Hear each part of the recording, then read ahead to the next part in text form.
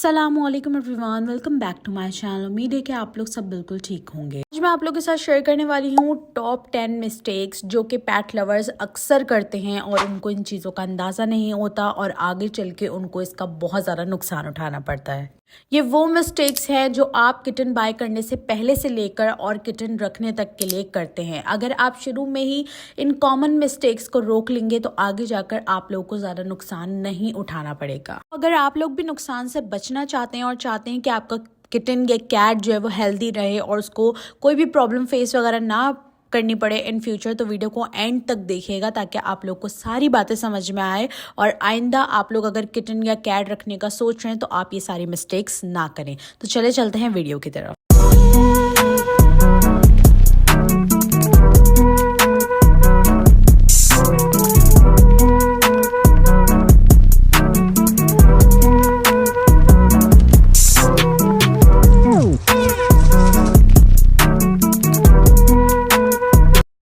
तो जो सबसे पहली गलती आप लोग करते हैं, बहुत ही ज़्यादा कॉमन मिस्टेक की है और मेरी नज़रों के सामने से बहुत ज़्यादा गुजरती है कि जब भी आप कोई किचन बाय करते हैं तो आप बिना सोचे समझे उसको ख़रीद लेते हैं। मतलब ये तक आप लोग नहीं पूछते कि वो वैक्सीनेटेड है या नहीं है, या आज से पहले उसका जो पहले जो मालिक था उसने उसकी डिवॉर्मिंग करवाई है नहीं करवाई है, उसको कोई डिजीज़ वगैरह तो नहीं है, कोई फंगल इन्फेक्शन तो नहीं है, उसके खाने पीने की रूटीन क्या है, क्या, ये सारी चीज़ों को सबसे पहले आपने पूछना है। उसके बाद ही आपने जो है वो किटन बाय करना है।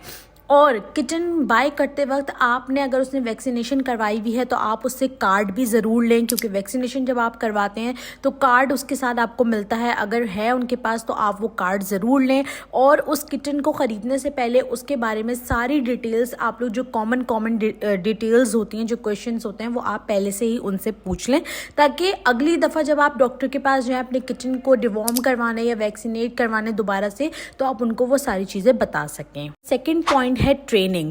जब भी आप कोई किचन बाय करते हैं या कोई कैट बाय करते हैं तो आप उसको हर चीज़ के लिए ट्रेन करें। ऐसा नहीं है कि आप घर लाते ही उसके ऊपर जो है ना वो सब चीज़ें डालना शुरू कर दें और उसे रोक टोक करना शुरू कर दें। अगर वो कोई गलती करती है तो आप उसे डांटने लग जाएं, ऐसा नहीं करें।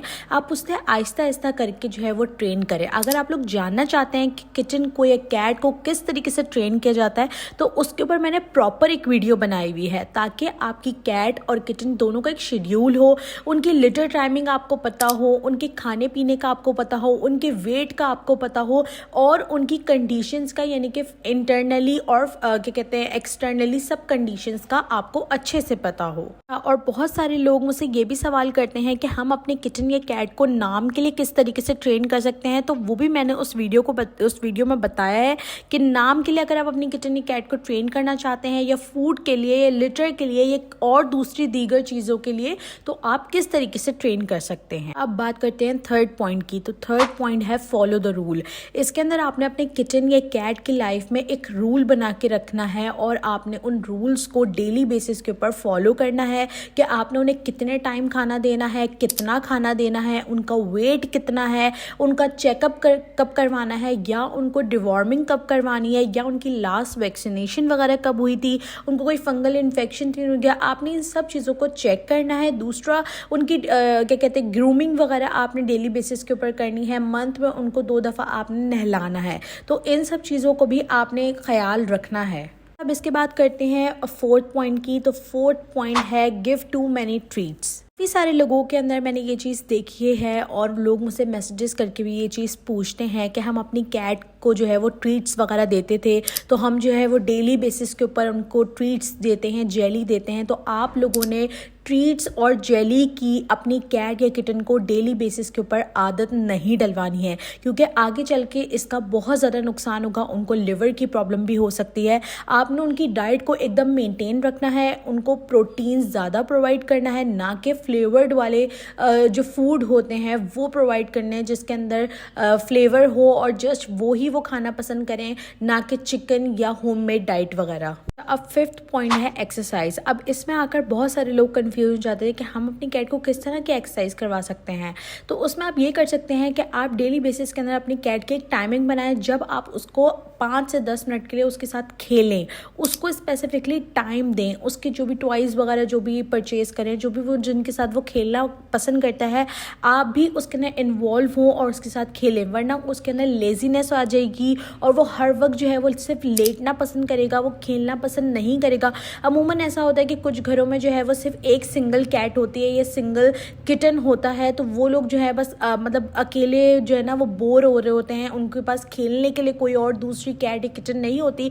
और जिनके पास दो हैं, जैसे कि यहाँ आप लोग देख सकते हैं कैस्पर और मानो है, तो ये अमूमन ऐसा होता है कि कभी कभार मैं भी इनके साथ खेल रही होती हूँ और ये लोग आपस में भी खेल रहे होते हैं। तो मैंने इनकी एक टाइमिंग बनाई हुई है जब इनको मैं खेलने के लिए छोड़ देती हूँ, जैसे कि वो सुबह की टाइमिंग। अब सुबह मैं जल्दी उठ जाती हूँ तो मैं कैस्पर और मानो को भी उस टाइम पे छोड़ देती हूँ, सहन में छोड़ देती हूँ या कोई ऐसी स्पेसिफिकली ऐसी जगह पे उनको छोड़ देती हूँ। यहाँ पे उनके सिर्फ टॉयज़ वगैरह पड़े हुए होते हैं और वो उनके साथ बॉल से या जिनके साथ भी वो खेलना पसंद करते हैं वो उनके साथ खेलते हैं और इससे उनके अंदर लेजीनेस भी नहीं आती और वो काफ़ी टाइम तक एक्टिव भी रहते हैं। अब यहाँ पे जो 6 पॉइंट है वो है अवॉइड सोशलाइजिंग। तो काफ़ी सारे लोग ऐसे होते हैं जो अपनी कैट को या किटन को किसी दूसरे के साथ एंगेज नहीं करते। काफ़ी सारे लोग ये करते हैं कि वो जो है अपने कैट को किसी और या किटन को किसी और के साथ एंगेज नहीं करते, जबकि ये गलत है। आपके घर में जितने भी अफराद हैं उन सबको आप अपने कैट या किटन के साथ एंगेज करें, उनके नाम से उन्हें पुकारें ताकि उनको पता चले। वरना अक्सर ऐसा होता है कि आप किसी दूसरी जगह पे जा रहे हैं अपने पेट को लेकर या फिर कोई आपके घर में आ रहा है, तो पेट जो होते हैं ना वो अक्सर दूसरे थर्ड पर्सन को देख के बहुत ज़्यादा अग्रेसिव हो जाते हैं। अब बात करते हैं 7 पॉइंट की। तो 7 पॉइंट है keep your pet active. Active रखने के लिए आपको अपनी कैट के साथ या किचन के साथ जो है वो टाइम स्पेंड करना पड़ेगा ज़्यादा से ज़्यादा। आपने उसको टाइम टू टाइम उसकी डाइट देनी है, उसके साथ थोड़ा टाइम स्पेंड करना है, उसके साथ खेलना है, कुछ एक्टिविटीज़ वगैरह आप उसके साथ रखें, वरना वो जो है वो दिन ब दिन जो है वो लेज़ी होता जाएगा, यानी कि हर वक्त सिर्फ सोना पसंद करेगा, खेलना पसंद नहीं करता। काफ़ी सारे लोग ये भी सवाल करते हैं कि हमारी कैट जो है वो सिर्फ खाती है या फिर ज़्यादातर वो सोती रहती है। अगर आप शुरू से अपनी कैट को या किचन को ट्रेन करके रखेंगे तो आगे जाकर आपके लिए बहुत ज़्यादा आसानियाँ पैदा होंगी। अब बात करते हैं 8 पॉइंट की, और 8 पॉइंट जो है वो मोस्ट इम्पॉर्टेंट पॉइंट है कि आपने अपनी कैट को लंबे अरसे के लिए घर में अकेला नहीं छोड़ना है। मोर देन 8 आवर्स के लिए आप अपनी पेट को अकेला छोड़ते हैं घर के अंदर तो अक्सर औकात ऐसा होता है कि वो स्ट्रेस में आ जाता है और वो खाना पीना खाना भी छोड़ देता है। कि हमारे जो पेट्स होते हैं ना, जितना हम उनके साथ कनेक्ट होते हैं उससे कहीं ज़्यादा वो हमारे साथ कनेक्ट होते हैं। तो हमने ये करना है कि हमने उन्हें ज़्यादा टाइम के लिए जो है वो घर में अकेला नहीं छोड़ना है, क्योंकि इससे उनको स्ट्रेस भी हो सकता है, वो खाना पीना भी छोड़ सकते हैं या उनको कोई डिजीज़ वगैरह भी हो सकती है। तो अब बात करते हैं 9 पॉइंट की। तो 9 पॉइंट है make your home pet friendly.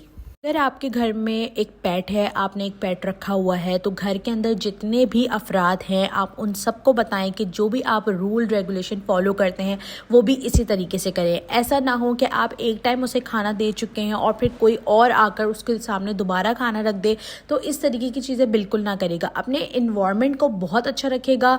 आपने उसको एक्टिव रखना है और उसको फ्रेंडली रखना है, आपने उसको ज़्यादा से ज़्यादा प्यार देना है, आपने उसे किसी चीज़ के ऊपर डांटना नहीं है या फिर आपने उसके ऊपर चिल्लाना नहीं है। आपने ये समझना कि वो आपके घर का बिल्कुल एक अफराद है।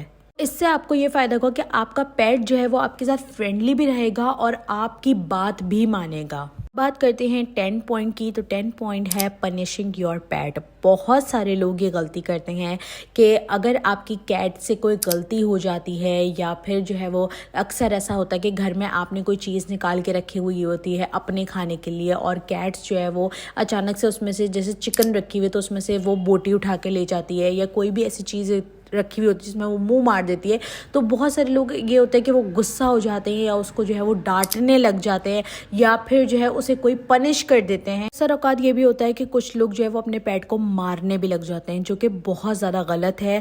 आपका पेट जो है ना वो आपसे दूर भागने लग जाएगा, आपकी बिल्कुल बात नहीं मानेगा और जिस चीज़ पे आप मना करोगे अब वो वही काम दोबारा करेगा। अगर शुरू में वो कोई गलती कर रहा है तो आप उसको थोड़ा बहुत डांट दें, वो ठीक है, लेकिन आप उसको ज़्यादा चिल्लाए नहीं या फिर आप उसको मारे नहीं। तो ये कुछ मिस्टेक्स थी जो आप लोग करते थे, तो इन चीज़ों का आपने ख्याल रखना है। उम्मीद है कि आप लोग को आज की वीडियो पसंद आई होगी।